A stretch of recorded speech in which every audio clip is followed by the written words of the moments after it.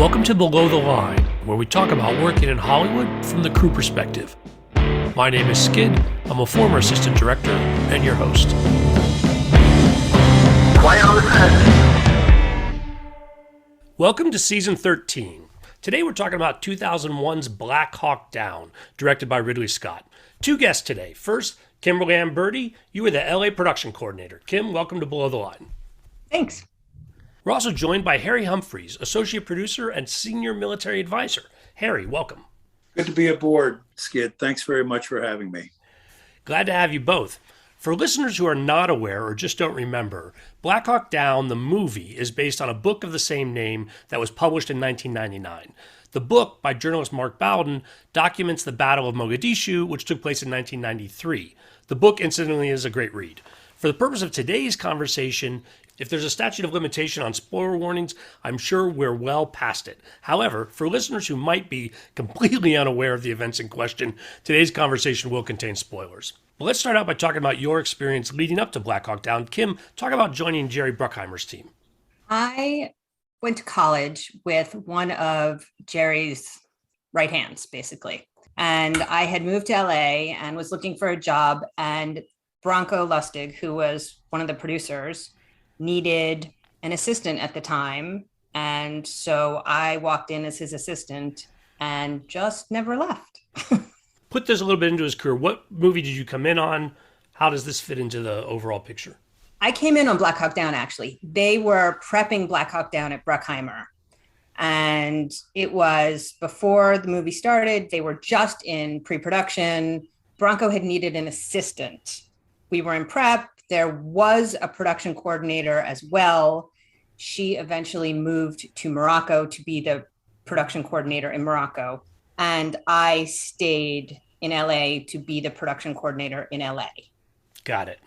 Now, Harry, tell us a little about your background and how you ended up advising on these films. That's a very long story, but in a nutshell, I was a Navy SEAL during the Vietnam period and some of the post-Vietnam period. And during that time, I became very close friends with Dick Marcinko, who was the father of SEAL Team 6. Dick wrote a book called Rogue Warrior, and Jerry Bruckheimer had purchased the adaptations rights to Rogue Warrior. And I attended a meeting with Marcinko and Jerry Bruckheimer at Disney Studio. And basically, Marcinko volunteered my services without even looking at me, sitting across the table from Bruckheimer, that Harry's here in California and he can be the tech advisor with the writer. So that's how I got involved with Bruckheimer. It's, by the way, I was never paid for that job. But that led to about 50 films, major films, mostly of the same genre as Black Hawk and other military action and law enforcement action shots. But that got me into the Bruckheimer community. Black Hawk Down was one of the first few films I worked on. Actually, I could have stopped right after Black Hawk because that was my thesis in terms of what I did in the film industry. My wife, Catherine Ferrari Humpries, was an invaluable asset during Black Hawk because she wound up being, not officially, but actually being the buyer for military equipment, military uniforms, and so on. The issue with Black Hawk, it was a 93 operation, and we were shooting this in 2001. The uniforms were different, slightly different, and we knew in the process of prepping this thing that we had to be absolutely correct because the audience would be loaded with experts. And we did not want to violate the expert level of how that film should have been portrayed. It was a mission for all of us to make the film absolutely correct, and that's what we wound up doing. Well, besides your expertise, Harry, I know there was a lot of active duty military personnel involved with Black Hawk Down as well. Talk a little bit about what the military department looked like on this film. Well, the military department, in that it was a DOD sanctioned movie, we managed to get a production assist agreement with the Department of Defense. The feeling was on the part of the Department of Defense that they got bad press during the actual Mogadishu events. And they really wanted the world to know what really happened. It wasn't a complete chaotic thing. It was chaotic, of course, but the fog of war is always chaotic. And they wanted the film to be done right, and they wanted their participation to be absolutely correct, and it was. So basically, starting with the training part, they offered to stand up their military elements that were being portrayed in the film, and that would be the 75th Ranger Regiment. They're located in Fort Benning.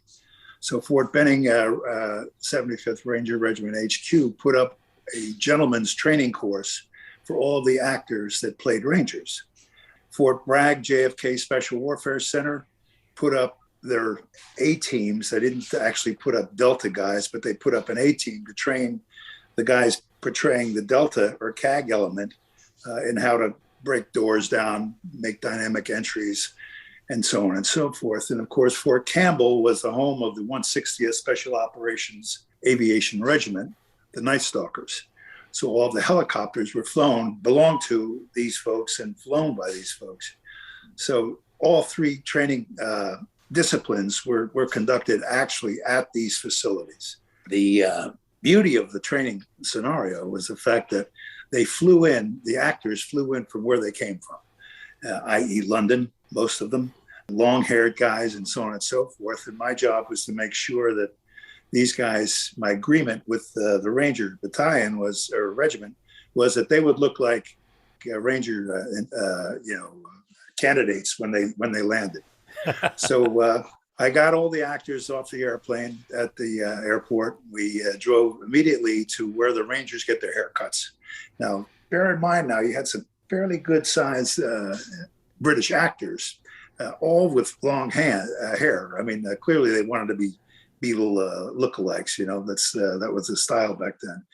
Well, I think one of the most enjoyable times for me was to watch these guys transform themselves. Once they get their hair clipped off, they immediately, and their uniforms put on, because we had wardrobe there as well. So they left the bus going in, and when we went through the door of the main gate at Fort Benning, they looked like recruits. So even before they came in, you were taking them to a place, getting their hair cut, putting them in uniforms and getting them set. And they weren't coming with hair makeup people. Like, it wasn't their personals or their staff. This is what the guys do to get ready for the military. And the whole idea of that, of course, was to shock them into reality and to shock them into their characters. And it worked.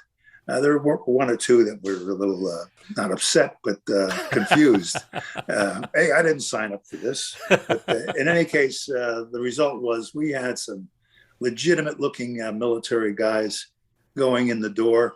And the same with Fort Bragg, not so disciplined as Benning, because the Fort Bragg people, the Delta guys, notoriously are not strict military. They're more small unit operators. The same with Fort Campbell up at 160th SOAR. Those guys are not actually that disciplined, but the Rangers had to be absolutely disciplined.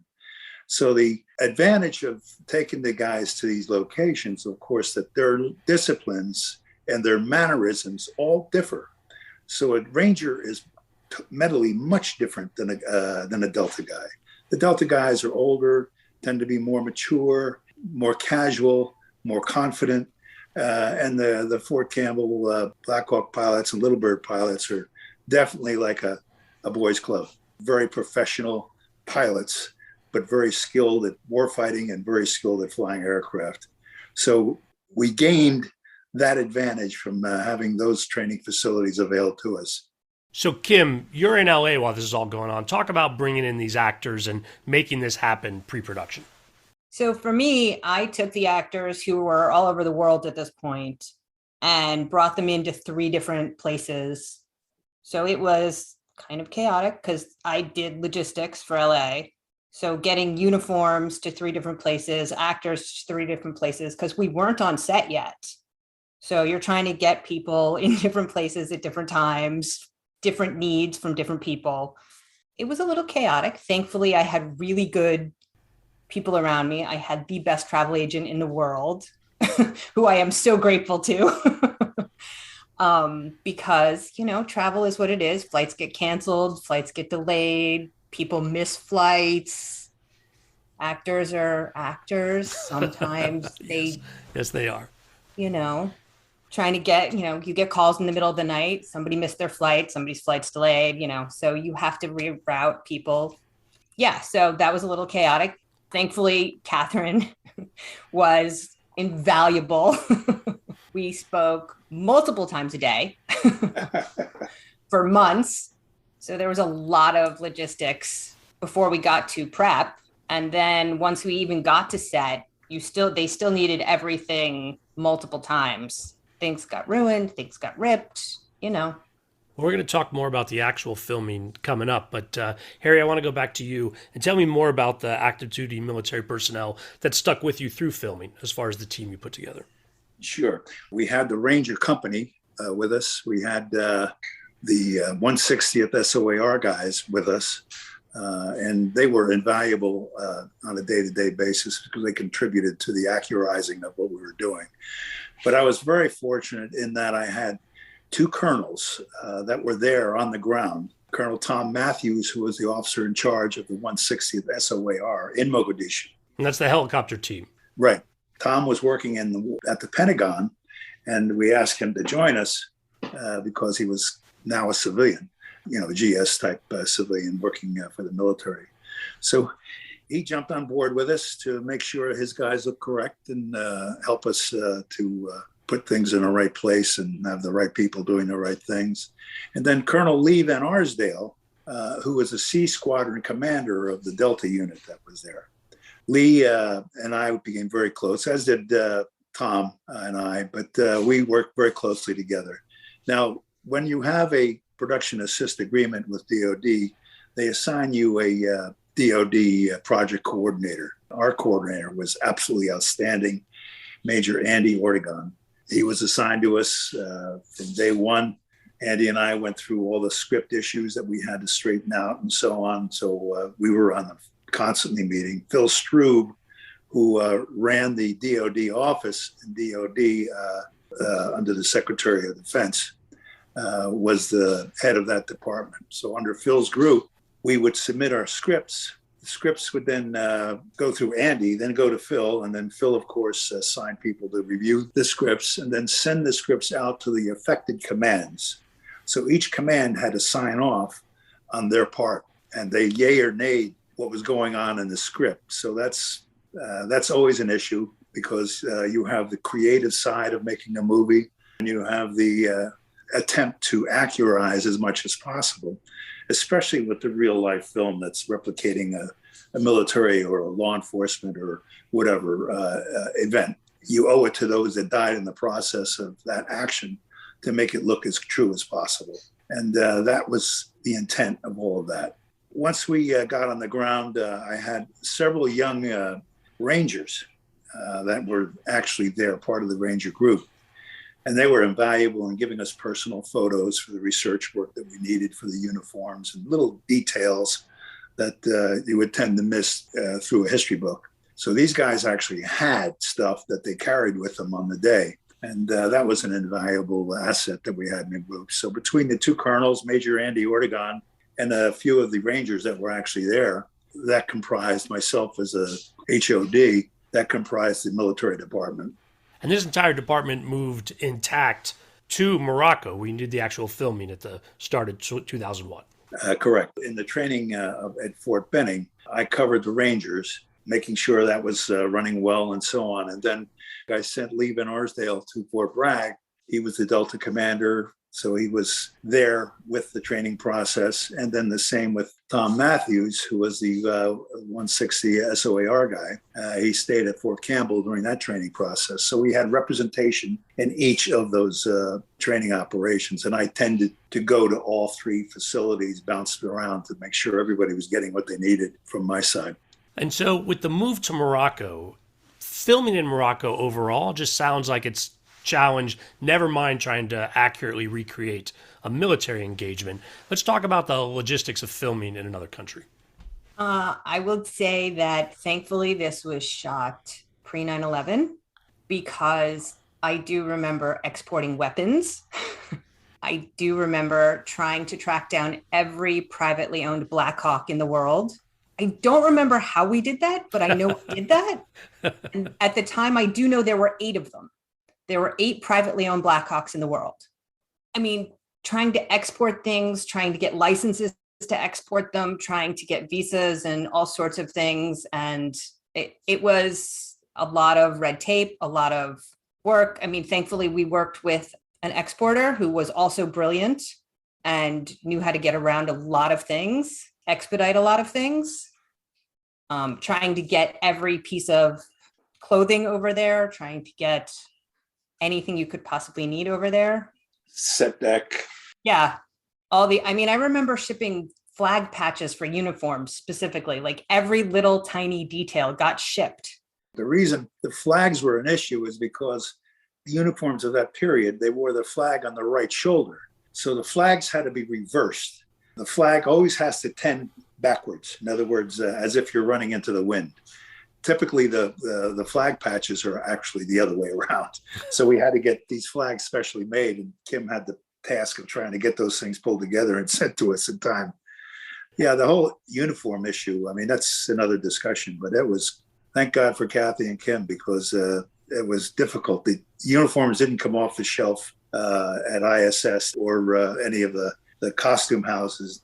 That we had to find them because it was a different pattern than what was being used during the early 20s.